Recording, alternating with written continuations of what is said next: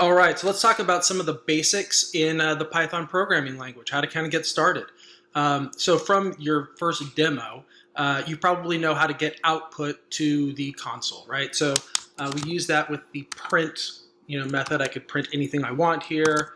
Hello world is very traditional. And you notice that if you're coming from another language, you don't need semicolons at the end of these lines. You don't need a function. You don't need a class. You don't need include statements. You are set to go right out of the box with Python, one line of code to get the traditional hello world start. And you can see your output down here in the bottom pane.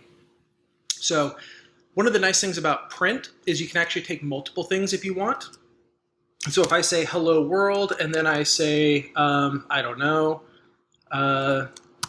nice to meet you, something like that. I suppose I should put some punctuation here. So these are two different strings, and you'll notice I do not have a space here, and I do not have a space here, but when I print them, hello world space, nice to meet you. Whenever you send different inputs to the print function using commas in between, it will automatically place a space in between those two things. Now, that might be what you want, that might not be what you want. Kind of depends on what you're going for. Now, by the way, there is a way to change that default character that separates the inputs, but I don't want to get things too complicated right now, and it's probably easier if we just do it a different way. So right now, I'm getting a space between my inputs. If that's what you want, perfect. And by the way, that would also include if I were to use a variable. We'll talk about variables in a second. But if I did not want that space, I could use the concatenation operator. It's probably a little early to be learning about concatenation, but that's a really fancy word for just taking two strings and shoving them together to make one bigger string. It's just like glue.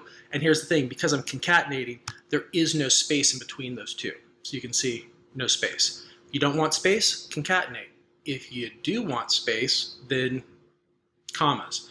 There's going to be some trickiness with concatenation later when it comes to adding variables to strings, because the only things you can concatenate are strings and strings, which just means you might have to convert a variable to a string before you concatenate. We'll talk about that in a second.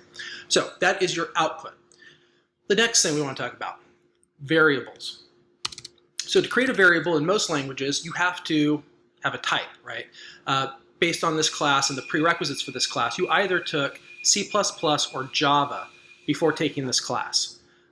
If that's the case, then you're used to having type. You should know that there are types in Python, but Python is not a strictly typed language, meaning that to create a variable, all I have to do is give it a name, like X. Do not name your variables X. That is a terrible thing to do. This is a demo only. Do as I say, don't do as I do. But I give it a name, and I can assign it a value, like 5. Again, no need for a semicolon. X now has the value of 5, and if I wanted to, I could the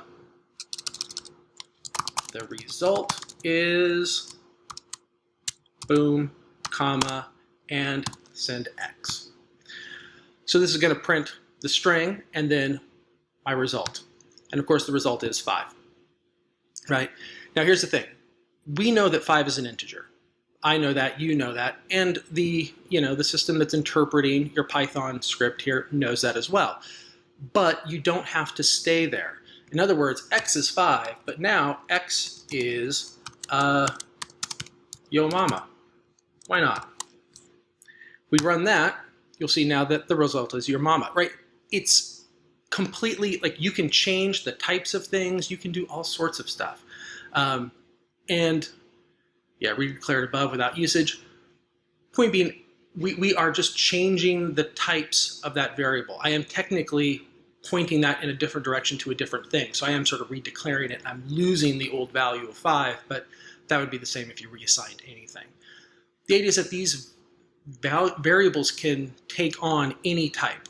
And those types are sort of a little bit fluid in a way. Now I had mentioned concatenation. So what if X is an integer and I try to concatenate that integer to a string? If I do that, I'm going to end up with an error. Can only concatenate string, not int to string, which means I need to convert from one type to another. So what are the most common types for conversion? Most common types for conversion are ints, strings, floats, etc. In this case, I want to convert that number to a string. I do that by string. If you're familiar with C and C++, this kind of looks like a C-style cast. You could also see it as like, I sort of have this function that is like the same name as the type, that if I pass a value to that type, then, or to that function that looks like that type, then I sort of use like a constructor to create a string from the input. However you want to visualize it sort of in your head. But here I am now converting that X to a string, and that would work just fine. I don't get my space because I'm using concatenation. I would actually have to put one in manually if I wanted to. But it's a way of sort of controlling my output. And that same conversion can work for lots of other stuff. So for instance, I could say X equals, how about the int of the character 5, right? Get rid of that line now, and sure enough, the result is 5. Works out just fine. Although I'm technically not doing any math here, because we haven't talked about operators yet, but I don't know. If you trust me, the plus sign is going to be the operator for addition. I think if you took another language, you probably know that already. But here we go, the result is 8. I can actually do math on that just by converting it to an int, and of course I can also convert it to a float if I want to. And boom, right? So you've got some options to sort of convert things. That's going to be important later. Well, it's important now if you're trying to concatenate and you need to convert something to a string. It'll be important later when we get input from the user, which will always come in as a string, and then we need to interpret it in another way. Now, by the way, what happens if you can't make a conversion? What if I do this, for instance? Oops. Clearly, I'm going to get a crash. Right? Are there ways of taking care of that? Yes, you can do a try loop or try block, but we're not going to get into that yet. Let's just assume for the moment that we're going to have good, honest users who are going to do their best to give us the kind of input that we ask for. All right, so that being said, let's go on to the operators. So I'm going to convert this back to the standard syntax, by the way, just because I think it's a bit easier than concatenation, and I don't mind having that space there. So we're going to print out the result of some operations. I am going to change the type of operations that we're doing, but I just kind of want to show you what we're doing. So let's start with 2 plus 3. The answer here should be very obvious. We already talked about the plus operator. When used between integers or floats or any sort of numeric type is going to be addition. So the result is 5, right? We know that. If I were to do something like 5 minus 3, the result is subtraction, right? Like we know it's going to be 2. So addition and subtraction work like they do in every other language. Multiplication, I'm just going to switch out that to multiplication. That's going to work out just fine. 15, right? Now here's the thing. In most other languages, we know that 5 and 3 are integers, and I'm going to divide between the two. Now if you come out of Java or C++, you're expecting something tricky. Remember, Python is not strictly typed. So here, even though the 5 and the 3 are both integers, when you use a single slash, you're going to get that floating point, 6th grade division as opposed to 3rd grade division that you would naturally expect. This is actually probably a lot more intuitive. So 5 divided by 3 is going to give you a decimal point, always. Like anytime you use a single slash, you're going to get a decimal point in the answer, which again, I think is probably far more intuitive. This is the division that you're used to. The division is based on the operator, not on the operands, right?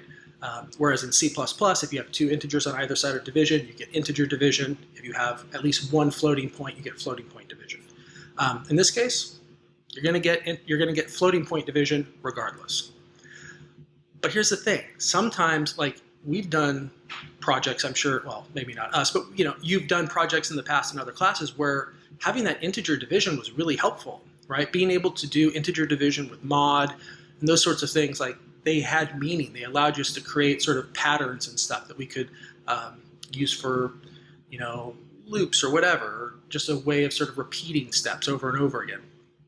So how do you get integer division? You can in Python. It just has a different operator. 2 slashes. If I do that, now I get 1, which is the 3rd grade math version of division, right? The kind of math where you'd say, okay, so 3 goes into 5 one time. 1 times 3 is 3. Subtract 5 minus 3 is 2. So 1 time with a remainder of 2, right? Integer division. Sometimes it's called floor division.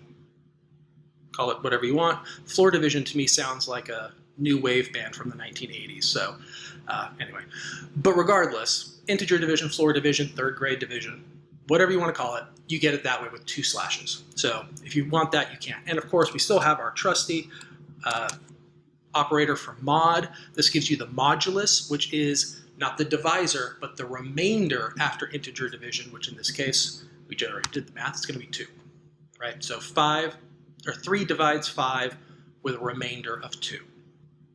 So we still have integer division, we still have modulus.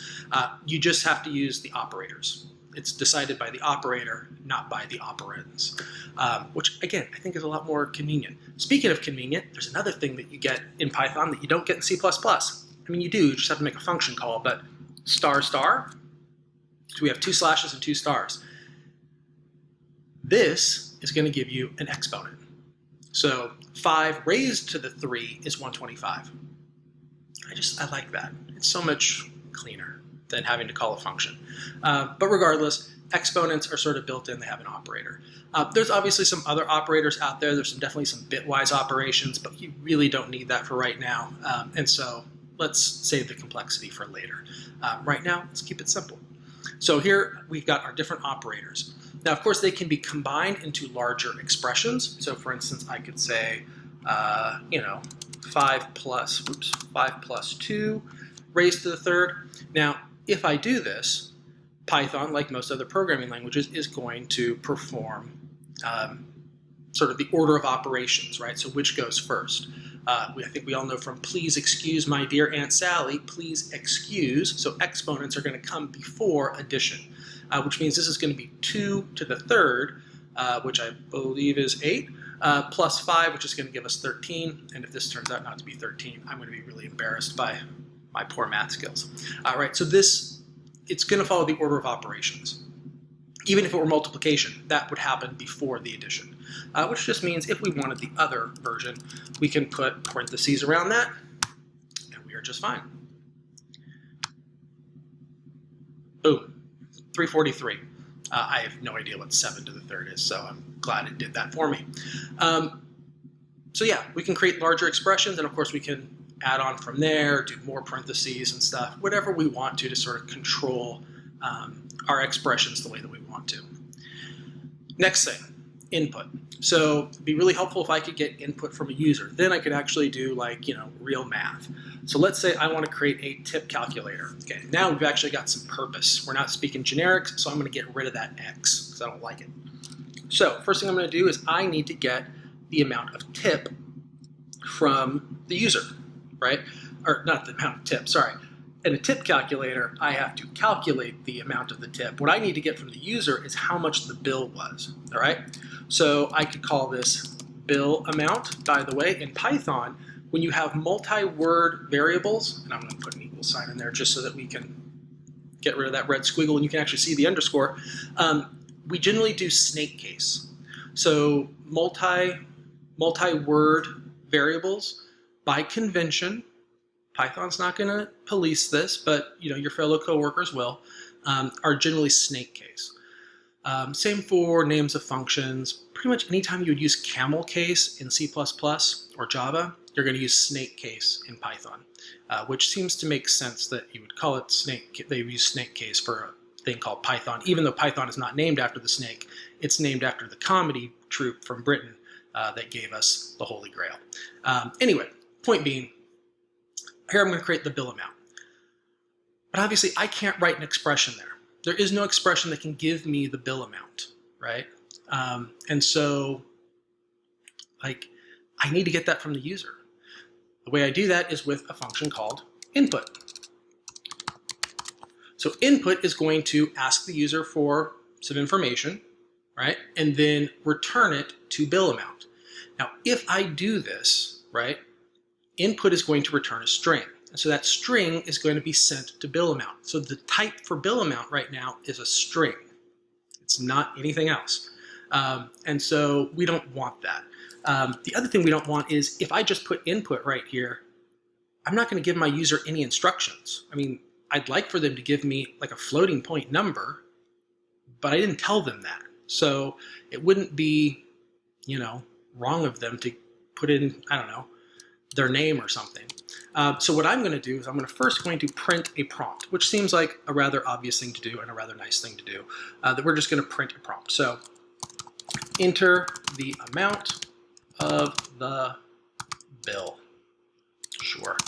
And I am going to not put that you don't need to put the $, or please don't put the $, because that's going to ruin everything. But, you know, like, if you wanted to, you could be a little bit more verbose with your instructions. This is still great, but I still have that problem of bill amount is a string. So I've prompted the user. They've given me now a number that hopefully will be something that the float, you know, method or the float, you know, conversion can actually accept. Now I just need to actually switch this to a float, which means not a float, boom. So we're getting input from the user, converting it to a float, and assigning that to bill amount. Now I have what I need to actually do the work. Now I can just print, you should leave. You know, it's one of those things where well, at the time of this recording, we're in the middle of a pandemic, and I sort of feel for like essential workers. So we're just going to assume 20%. How about that?